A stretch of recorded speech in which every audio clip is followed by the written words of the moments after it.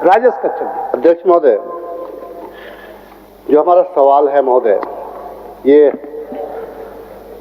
झारखंड से प्रदेश का अस्तित्व से जुड़ा हुआ है महोदय। इसमें जो जवाब आ रहा है महोदय, पहला खंड 1 का और खंड 2 का। मैंने खंड 1 में सवाल किया है कि क्या यह बात सही है कि संविधान के अनुच्छेद 338A के तहत प्रदत्त शक्तियों का प्रयोग कर विशेषकर अनुसूचित क्षेत्राधीन राज्यों को अनिवार्य रूप से राज्य जनजातीय आयोग का गठन करना है? तो जवाब आता है महोदय, अस्वीकार्य। लेकिन जब मैं फिर से खंड 2 में एक सवाल करता हूं कि क्या यह बात सही है कि खंड 1 में वर्णित आयोग का गठन अब तक नहीं होने से आदिवासियों, आदिम जनजातियों के अस्तित्व रक्षार्थ बनी कानूनों, अधिनियमों, उपनियमों, उपबंधों आदि की समीक्षा एवं सही निगरानी नहीं हो पा रही है? तो लिखता है महोदय इसमें जवाब में अस्वीकार्य, और कहता है विधि विभाग के अधिसूचना संख्या 990 दिनांक 29 जुलाई 2019 द्वारा अनुसूचित जनजातियों के लिए झारखंड राज्य आयोग अधिसूचित है महोदय। देखिए, एक साइड में सरकार कह रही है कि हम स्वीकार नहीं कर रहे हैं, और दूसरे साइड में सरकार यह कह रही है कि हम स्वीकार कर रहे हैं। तो दोनों बात कैसे हो सकता है? आपको जवाब देना होगा तो एक ही जवाब देना होगा, तो हाँ में या तो ना में। अगर मैं हाँ में अगर आपकी जवाब से मैं संतुष्ट हूंगा तो मैं सवाल नहीं करूंगा, लेकिन आपने जो ना कहा है, हाँ भी कहा है और ना भी कहा है।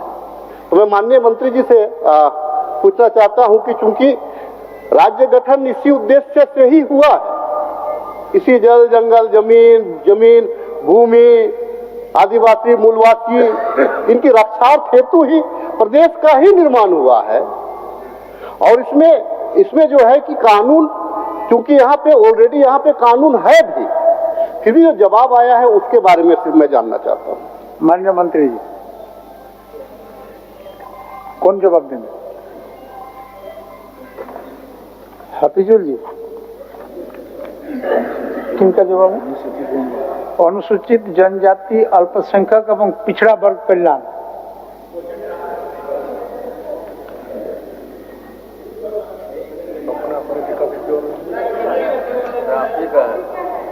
आप ही का है?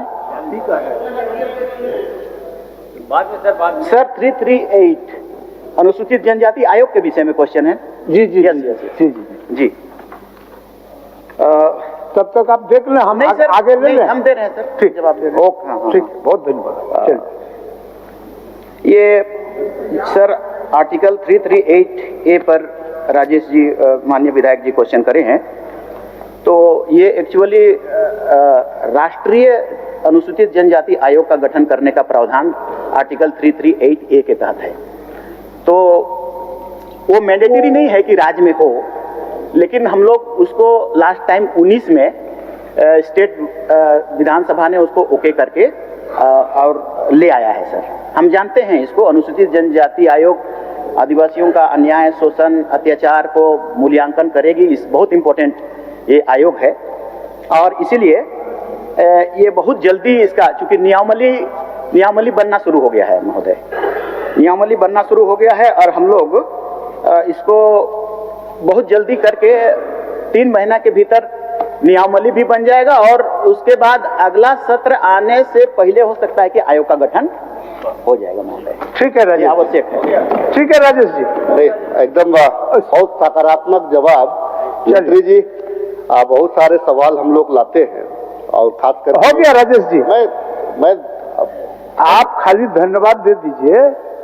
मतलब मैं धन्यवाद ही दे रहा हूं महोदय। चलिए, आयोग का गठन महोदय मैं क्योंकि आयोग का जब गठन आप करने का ये कर रहे हैं, तो इतना आश्वासन हमको जरूर दे दें कि कल भी जो अनुसूचित जाति को भी जोड़ा जाता है आयोग गठन,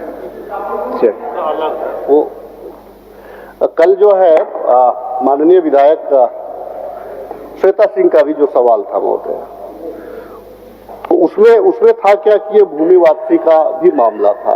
क्योंकि ये सवाल इसीलिए मैं गंभीर मान रहा हूं कि चूंकि यहाँ जितने भी माननीय सदस्य हैं, तकरीबन 60% से ज्यादा लोग आंदोलन के बल पे आए हैं महोदय। कोई लहर पे जीत करके लोग नहीं आया है महोदय।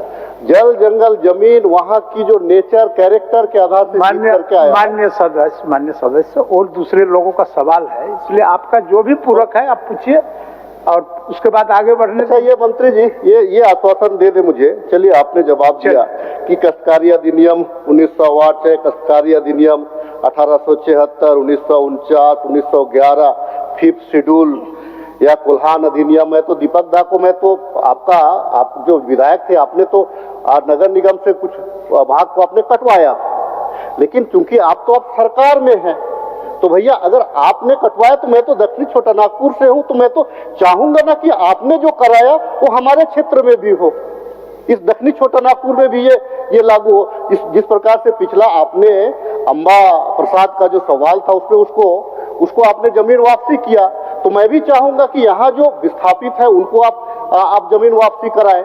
तो मैं सिर्फ इतना जानना चाहता हूं मंत्री जी से, आपने आश्वासन तो कब तक कर देंगे, केवल ये एक मुझे आप बता देंगे तो मैं संतुष्ट हो जाऊंगा। महोदय, भारत का संविधान का 244(1) के तहत ट्राइबल एडवाइजरी काउंसिल बहुत इंपॉर्टेंट पार्ट है और उसके जिम्मे शेड्यूल एरिया में जितने भी वायोलेशन है लैंड पर और गैर मजरूआ जमीन पर या जितना भी गैर मजरूआ मालिक, गैर मजरूआ आम वगैरह वगैरह, चाहे तो रैयती जमीन चाहे तो भूयरी जमीन, और उसकी एक पॉलिसी बनाने के लिए ही प्रावधानित रही है। तो ट्राइबल एडवाइजरी काउंसिल का गठन हो गया है। हम लोग माननीय मुख्यमंत्री को भी धन्यवाद देंगे। अब इसके तुरंत सत्र के बाद उसकी मीटिंग शुरू होगी, देन पॉलिसी का निर्माण होना शुरू होगा, तब आप उसको अध्यक्ष महोदय, ये जो है वो लैंड बैंक का जो गठन किया है आप सरकार ने किया महोदय। आप लैंड बैंक का गठन मान्य सदस्य आपने उनसे पूछा, आपको कह दिया कि जब सदन समाप्त होने के बाद ही इस पर कार्रवाई शुरू होगी, तो फिर शुरू होकर उसको बॉडी को कंस्ट्रक्ट होने दीजिए।